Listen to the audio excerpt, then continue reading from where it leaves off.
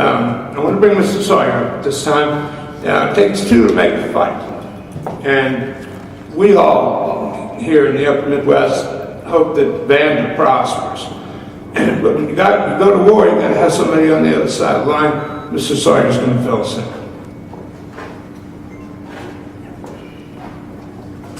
Very briefly, first, thank you to the Target Center and Andy Ward. It's phenomenal to be able to put on a boxing event at the greatest sports venue in the state of Minnesota. So first and foremost, thank you to Andy.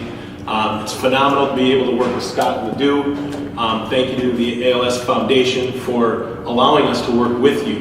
One of the things I wanted to point out that I don't think has been focused on very much here is Matt Vanda and what Matt has done. And what a lot of people don't realize, Matt fights anybody, but in 3 of Matt's last 4 fights, he's been in Mexico City, he's been in Las Vegas fighting in Mandalay Bay, and most recently, he's been at Madison Square Garden in New York City. So this man right here knows about fighting at great venues, and he's not afraid to step into these venues and fight.